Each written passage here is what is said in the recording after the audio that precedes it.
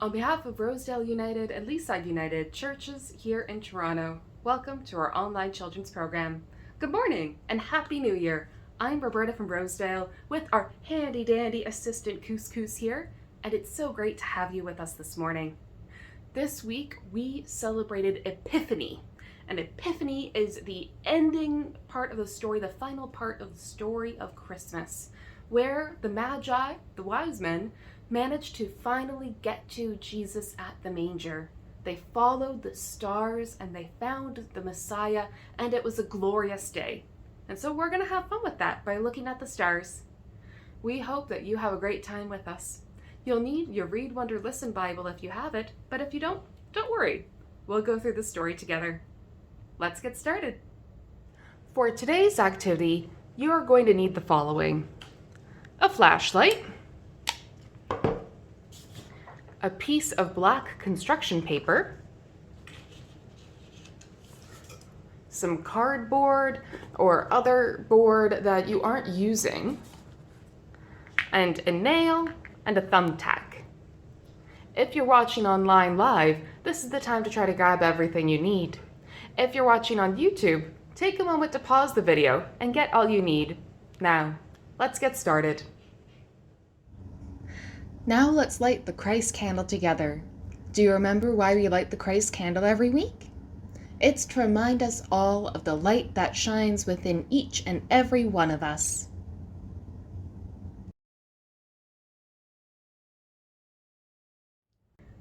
We begin with our first opening prayer of the year. If you know the words, say them with me. If not, they are on your screen. Dear God, we thank you for today. We thank you for tomorrow. We thank you for our brains that help us think, for our bodies that help us move, and our hearts that help us love. Amen. Far from Jerusalem, high in the eastern mountains of Persia, strangers were watching the skies.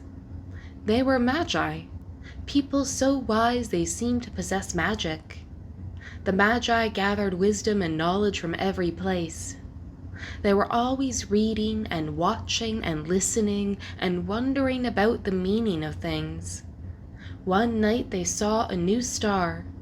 At least, it looked like a star, but it did not act like one. Instead of staying in one place, it went its own way, wandering like a planet. It was not on any of their star charts. What is it, they wondered? What does it mean? A star like that must tell of something important, like the birth of some great person. They decided to follow it. We want to know the truth, they said to one another. How will we know unless we follow the light? The Creator of the stars will show us the way. The Magi followed that star all the way to Jerusalem. At home, they were used to dealing with kings and important people, so they went first to the palace of King Herod. King Herod ruled the lands around Jerusalem, even though it was the Romans who really held the power. The Magi told Herod about the star they had seen. They had wondered if he knew anything about the birth of a new king. A new king? Herod's eyes narrowed. What if these strangers were right?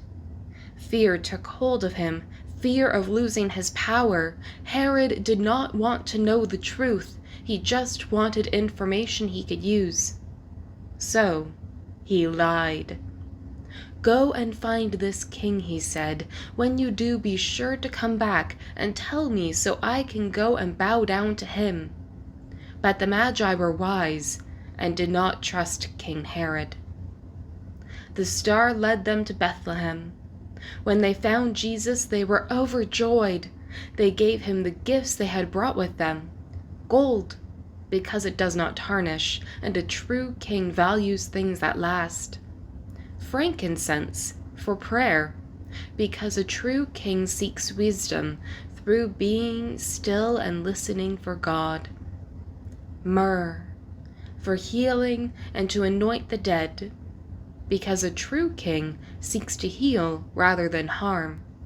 And A true king knows that death comes before new life. On their way home, the Magi talked about the star, how it caught them by surprise, roaming freely around the world, how it scattered its gift of life far and wide, how it broke open a story about one people and made it a story for all. The Magi were curious. To be curious means to see something in the world and question why it's there. Asking people around you, trying experiments or learning more about it in order to learn why the world is the way it is. I wonder if there's things that we're curious about in our life. Maybe why the sun rises and sets, or seasons change, or people laugh or cry. These are things that we can be curious about ourselves and ask questions to seek those answers. For today's activity, we are going to make our own little planetarium. Remember at the story when the Magi, they followed what did they follow? That's right, they followed a star that had never been in the sky before, and it led them to Jesus. So we're going to take a look at how to do that ourselves. All we have to do is put the piece of cardboard down. The piece of cardboard is to make sure that we are not stabbing holes into our tables or our floors. Piece of construction paper. And we can use either the little nail or the thumbtack, and we're going to poke holes in here in the shape of different constellations or star patterns. And that way we have our own stars that we can gaze at when it's not nighttime. So there's two ways you could do this. One is you can use real constellations that exist right now, that if you went outside at night and you looked for these constellations, you could find them. And they have lots of star maps online that show you where all of these stars are positioned. Or you can make your own up. For me, I'm going to do a bit of both, I think. So, making sure you always have a parent nearby so that no one accidentally pokes a finger. We just poke, poke, poke, poke, poke, poke, poke some holes. I think I'm going to put the big star right about here. So that one, we poke a hole, we wiggle it around, make it nice and large.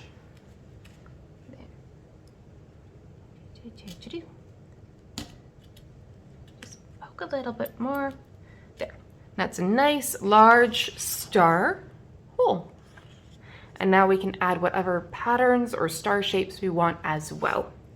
I think I'm going to put in, let's see, do you guys know this one?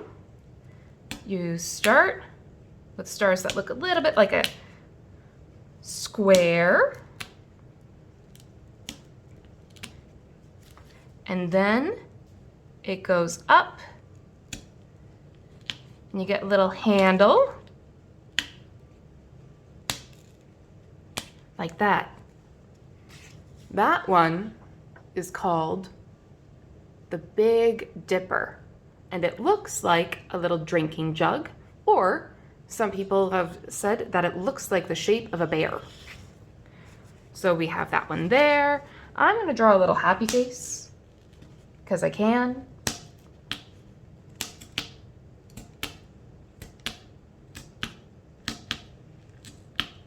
And I'm going to poke some other random stars here.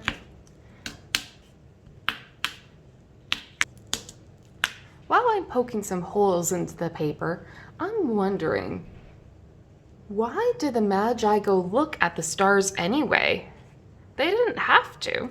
They could have just stayed home. They could have just stayed with their families. There's nothing that said they had to go anywhere, right? So why did they start looking at the stars? Well, the people way, way back then, they thought that the stars could tell them not just that it was nighttime. The stars told them what season it was, when to plant things. It told them where things were, not just with the star where Jesus was, but with things like different constellations, saying whether they were north or south or which ocean they were in. They also had stars that told them if the gods were angry or if the gods were happy with them. They had stars that told them if there was going to be a flood. They had stars that told them if it was going to be a good year for their village. And so they developed curiosity. They developed the ability and the desire and the talent to keep looking at all of these stars and seeing important shapes and patterns in them. And once you start seeing enough shapes and patterns and things, they start to tell a story. So I'm gonna keep finishing poking some holes in here, and then we're going to use our handy dandy flashlight and see what the stars have for us. All right, Couscous. You're just in time to see our stars in action. Is there anything that you see in here? I see a little heart, some happy faces. What do you see, Couscous?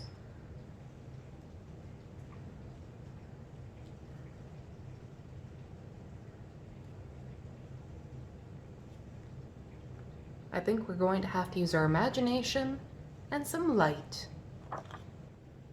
And so when you hold up our constellations to the light, you can see some interesting shapes in here. I can see a happy face. I can see a heart. I can see the Big Dipper. I even see one, it's 3 stars in a straight line. That's called Orion's Belt. So we can see lots of stars up there. And I think if you look up at this one, that one looks a little bit bigger than the others, right? A little bit larger, not quite where it's supposed to be. I wonder if the Magi followed that star. They followed their curiosity. They sought out what they thought was important, and it led them to a baby. It looks like Couscous is ready for her long winter's nap, just like many of us, I imagine. Thank you so much for being with us today. It was great to have you. We hope to see you next week as we continue Jesus' ministry. Until then, always know that the stars are with you, just as God is with you. We'll see you next week.